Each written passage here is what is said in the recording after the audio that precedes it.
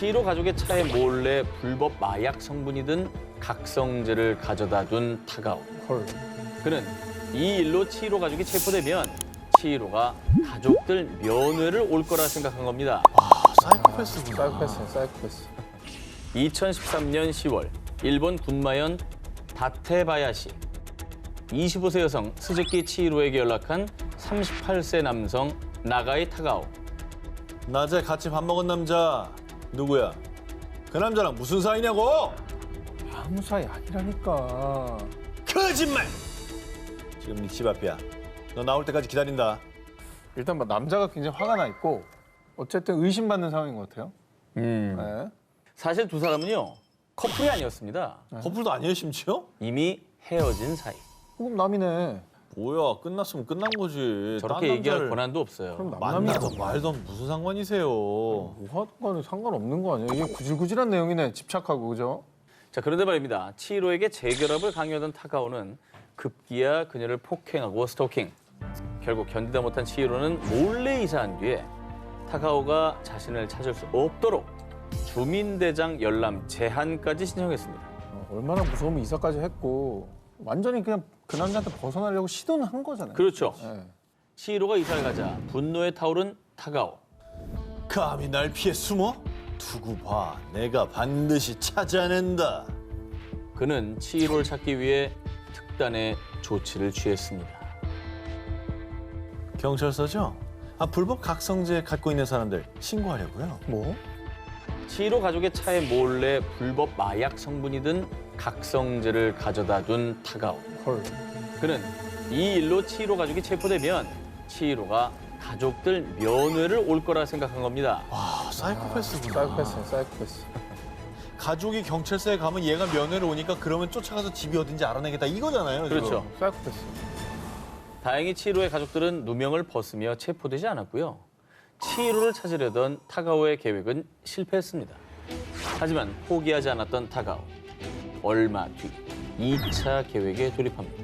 바로 치히로 아버지의 차에 몰래 GPS를 부착한 것이죠. 헐.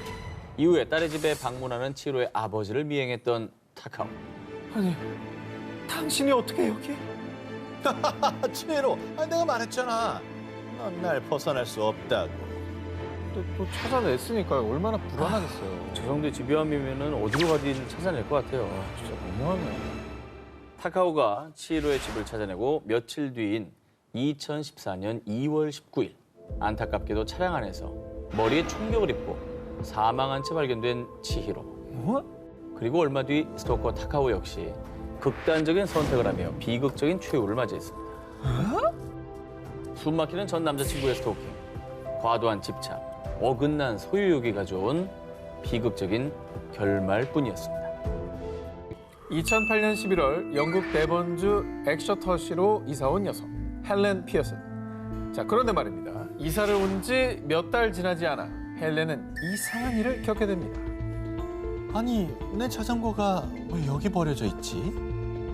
자전거 타이어가 망가진 채로 발견. 그리고 며칠 뒤엔 집 자물쇠가 망가져 있었는데요. 도둑 들었나 보네. 아니면 이분이 새로 이사 왔다 그랬으니까 어. 그 집에 먼저 살던 사람에게 원한을 가진 아, 뭐 그런 사람이지 않을까? 아, 근데 잘못된 타겟으로. 그렇지. 새 주인 온줄 모르고.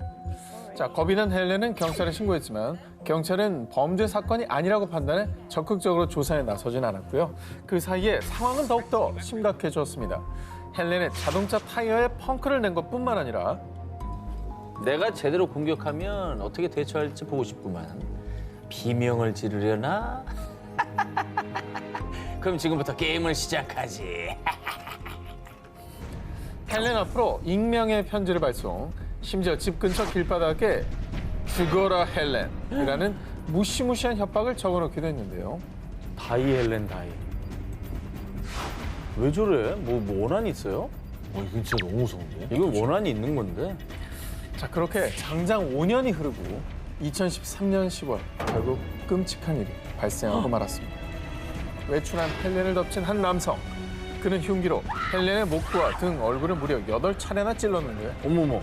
정말 다행히도 목격자가 남성을 제압. 헬렌은 간신히 목숨을 구했습니다. 목격자 아니었으면 죽을 뻔했네. 그렇죠. 진짜로. 현장에서 체포된 범인의 정체는 조 윌리스. 그는 범행을 저지른 이유에 대해 제가 얼마나 사랑했는데 저 여자는 내 사랑을 무참히 짓밟았다고요. 전 남자친구예요, 그러면? 어쨌든 간에 전 남편이 전 남친이든 간에 이별을 했으면 그냥 받아들여야지. 이게 뭐 하는 짓입니까 이게. 그런데 어. 헬렌의 입장은 달랐습니다. 저를 사랑해서 한 행동들이었다고요? 대체 언제부터요? 뭐야 관계가 없어? 조는 전 남자친구도 전 남편도 아니었습니다. 뭡니까? 그럼? 뭐야? 사실 조는 헬렌이 이사 온 아파트의 이웃집 남성입니다. 그는 동네에서 헬렌을 마주칠 때마다 어? 날 보고 웃으며 인사하네. 나한테 관심 있나? 근사한 레스토랑에서 데이트하면 좋아하겠지? 결혼하면은 우리 집을 팔고 저 헬렌 집에서 살까? 뭐야, 한 번 웃었더니 결혼하고 집 파는 것까지 간 거예요, 생각이? 친절하게 웃으며 인사하는 헬렌에게 푹 빠졌고요. 혼자만의 사랑을 키웠습니다. 그러던 어느 날 헬렌, 주말에 나랑 공연 보러 갈래요? 어머, 주말에 약속 있는데 미안해요. 이 한 번의 거절이 끔찍한 스토킹이 시작된 진짜 이유였습니다. 어? 데이트를 거절한 헬렌에게 배신감을 느낀 조는 그녀를 스토킹하기 시작. 무려 5년 동안 지독하게 괴롭히다 결국 살해 시도까지 한 겁니다. 아니, 이러니 애들한테 주변 사람들한테 친절해라, 웃으면서 얘기해라라고 가르칠 수 있겠냐고. 더욱더 안타까운 사실은요. 헬렌은 스토킹을 당하는 동안 무려 125번이나 경찰에 신고했지만 경찰은 증거가 없다는 이유로 이를 묵살했던 건데요. 결국 살인 미수 혐의로 체포된 조는 무기징역을 선고받게 됐고요. 5년의 지독한 스토킹은 상처만을 남긴 채 막을 내리게 됐습니다. 그 동네 경찰은 직무유기로 처벌 안 받았답니까? 좀 미리미리 수사를 잘했다면 이런 일까지는 그럼요. 없었겠죠. 2016년 영국 레스터에서 동거 중이던 연인 다니엘 로타리오와 케이티 렁. 그런데 둘의 관계는 그리 순탄치 못했습니다. 평소 질투, 집착이 심했던 케이티. 다니엘이 이성과 간단한 안부 인사만 주고받아도 예민했고요. 심지어 SNS 당장 지워. 나 말고 딴 여자랑 연락하지 말라고 했잖아. 날 사랑한다면 내 이름을 문신으로 새겨. 사사건건 간섭하는 건 물론 무리한 요구까지. 이를 도무지 받아들일 수 없던 다니엘은 화를 냈고 결국 두 사람은 하루가 멀다 하고 말다툼을 했습니다. 뭐 질투야 사람의 본능적인 어떤 감성이긴 하지만 저건 선을 넘네요. 이름을 문신으로 새기라고 강요를 합니까? 집착이고 소유욕이지 저건. 문제의 그날도 마찬가지였습니다. 평소처럼 케이티와 말다툼을 하고 잠자리에 든 다니엘. 그런데 시큼한 맛을 느낌과 동시에 두 눈이 흐릿해졌고요. 다니엘은 온몸이 불에 타는 듯한 고통으로 몸부림쳤는데요. 알고 보니 연인 케이티가 다니엘에게 앙심을 품고 곤히 자고 있던 그에게 황산을 뿌렸던 겁니다. 저거 다 녹아서 불탄 거 봐. 이 사건으로 6주간 혼수 상태에 빠졌던 다니엘은 가까스로 목숨을 건졌지만 이미 시력을 잃고 신체의 3분의 1이 녹아내릴 정도로 심각한 화상을 입은 뒤였습니다. 케이티의 범죄가 더욱 극악무도했던 건요. 이게 우발적 범행이 아니란 겁니다. 그래, 악마네. 그녀는 5개월 전에 황산을 미리 구매했고요. 아 정말. 틈을 보다가 사건 당일 소세지에 황산을 붓는 연습까지 하는 치밀함까지 보였습니다. 아니, 저건 사람 아닌 것 같은데?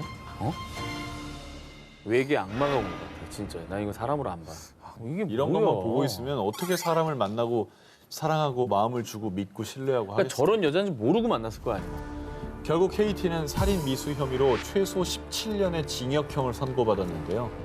와. 케이티의 비정상적인 집착과 질투심 아래 가여운 희생양이 된 다니엘은 수년이 지난 지금까지도 매일을 고통의 기억 속에서 살고 있습니다.